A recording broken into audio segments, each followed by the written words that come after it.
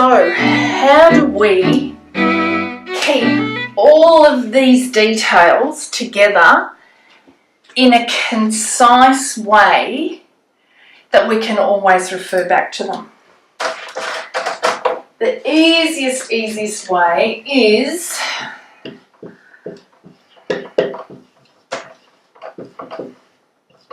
policies and procedures. I don't know if you can read that in that coloured pen. That's what makes your business turn around. This becomes the most important piece of real estate in your business. This is what will get you a high price for your business when you're selling your business. This is what enables you to step back from working in your business to working on your business. This is like your Bible, your go-to. Everything that happens in your business is documented in a policy and a procedure. Okay, so there are various online platforms that you can record all this. Once upon a time we used to do it in paper. I had two massive big binders full of all my policies and procedures.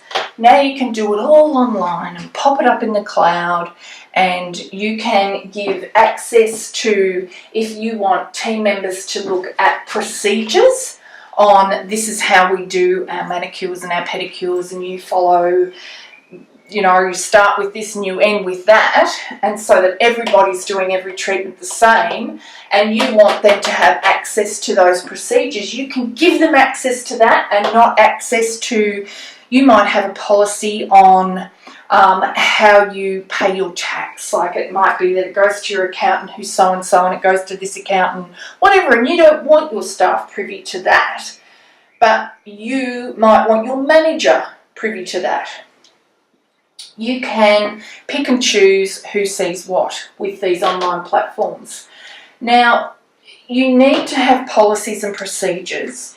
You need to update them all the time, because especially with technology, everything is moving and changing and shifting all the time. So you might have a social media policy, but you might need to update that when something changes, like let's say Facebook closes down, or Instagram disappears, or some new player arrives on the scene and all of a sudden we're doing things differently. You need a policy on how you do that in your business. Like it could be, for the hairdressers, and you want to take images of, before and afters. What implement is that photo taken on, and how is it taken? Do you have a solicitor who can draw you up a legally binding policy on trademarking, if you like, or that it's your intellectual property? You need to have that as a policy. You can have a policy on this is who we contact if the front window breaks. This is who we contact if the toilet backs up, or this is who our cleaner is, or this is who we go to for stationery, or what do you do when the ink runs out of the printer. Every single detail goes in the policies and procedures. So when you have a new staff member, it is so easy. You might have someone who knows how to do the best pedicure in the world, but you might have a system in your business where, you take your client through a particular procedure for doing it. So you give your new staff member access to that procedure and they can just follow through. Why is it important to have procedures on how you do every treatment? Because you want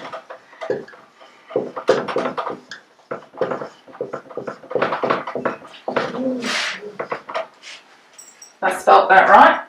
Continuity.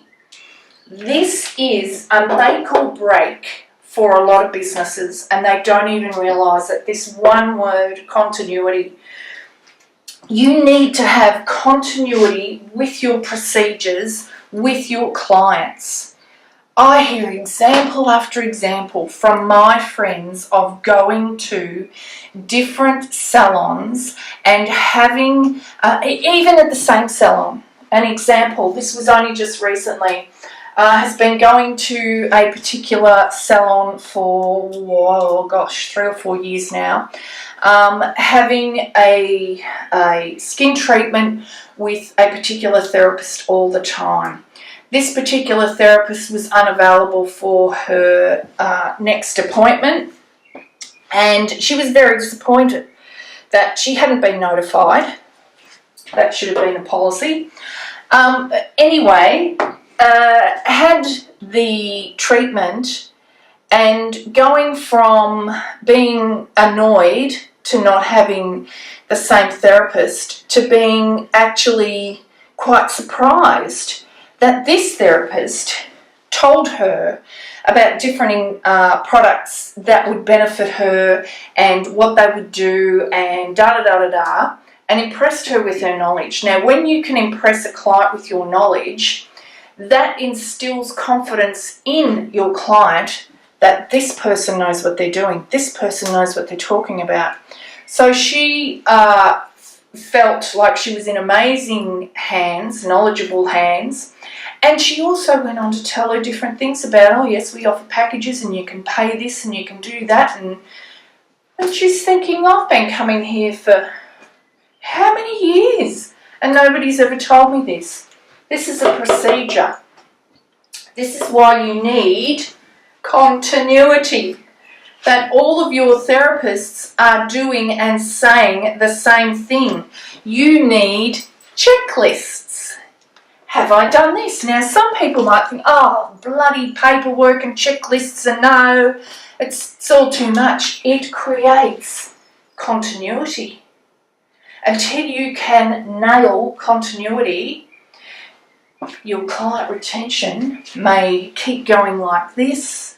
Your average client spend might be all over the place. Your rebooking might be all over the place. Your retailing percentage are all over the place. This is the connector to everything that we've touched on today.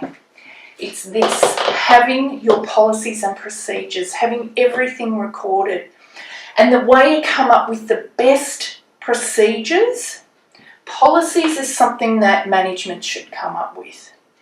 Sure, the team can have input, but the team should all have input into the procedures.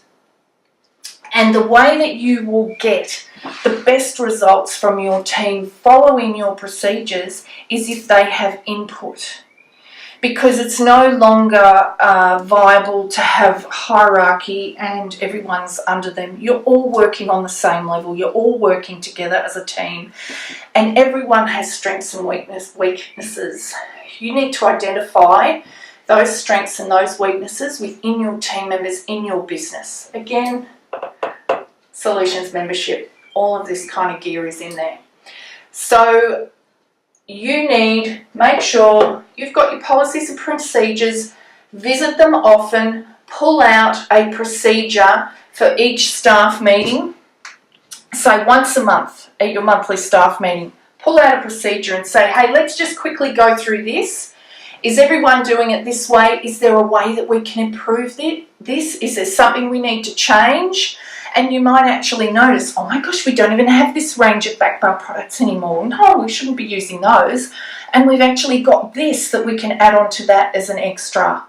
Or we can upsell to this or whatever, and you can change it. And it also has the added benefit of it keeps it front of mind for all of your team members. Okay, so policies and procedures, continuity, key.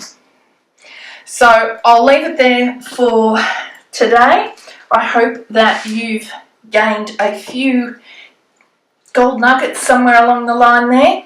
If you would like access to the Solutions membership, the bit.ly link is there. If you would like access to the tracking and measuring sheets that I have, that's on the bit.ly link there. And of course you will get to take home today your Salon Whisperer, so enjoy that. There's lots more information in there than what we've touched on quickly today in the short time we've got together. So I hope you've got some value out of that, and once again, thank you so much. It's been a pleasure. Bye for now.